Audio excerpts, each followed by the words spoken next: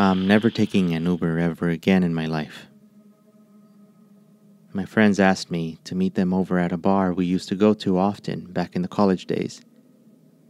My house is about 10 minutes away from downtown, up in the hills toward the valley, and I don't have a car. I don't like taking taxis or Ubers up to my house since the long stretch of driveway is dark, and I've always been paranoid about strangers knowing where I live. I had taken the bus earlier in the day and planned to hang out at my aunt's house until 9 p.m., doing work and whatnot on the computer. Yes, on a Saturday night, before meeting up with my friends. I figured one of them would be able to drive me home. After a fun night of dancing and drinking, my friends started going home and I didn't know their designated driver very well, so I didn't want to ask her to drive me to my house. I figured I would just suck it up and take an Uber. Almost everyone had left. It was just me and my other friend waiting outside. I looked at the app and it showed that the driver was nearby when an older man in a car rolled down his window and said, "Uber?" That was it. Here we go, I thought. I got in the back seat and said goodbye to my friend. Right away, I got the alert from the Uber app letting me know that the driver was waiting for me. I looked at the man and he grinned at me. I asked him to pull over and to let me out, but he just laughed and told me to shut up. He used more colorful language than that, by the way. In a panic, I tried to open up the door, but the child's safety was on. My phone started ringing. It was my friend, but I couldn't answer.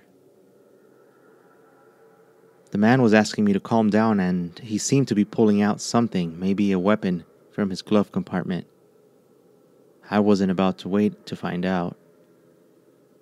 He made a quick left and I hit my shoulder against the car door. If he was to make another left after this, he'd be taking me to the alleys and up toward the woods. I'd be done, I remember thinking. I unbuckled my seat, scooted over to the middle, leaned back and kicked at the window. It took 3 or 4 hard kicks to finally break. The man was swerving and saying that it was okay that he was going to let me go, but I didn't believe this freak. I reached out to open the door from the outside, cutting part of my forearm on the broken glass, when I saw a car flashing its headlights behind me. I finally got the door open. The man stopped the car with a sudden jolt, and I practically jumped out as he started to take off again. I heard the tire squeak as he made a hard turn to the right on the next corner. The car who was behind us stopped. I was freaking out. I know these guys plan these things out. They act in teams. Then, I heard a familiar voice in the distance. It was my friend. She was yelling out my name in a complete panic. She ran up to me and gave me a hug. I accidentally stained her little white dress she liked so much. It turns out that an Uber driver had pulled up to her and mentioned my name.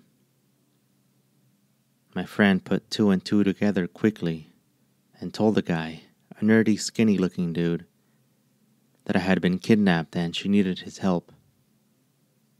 That's how they ended up tailing the car I was in.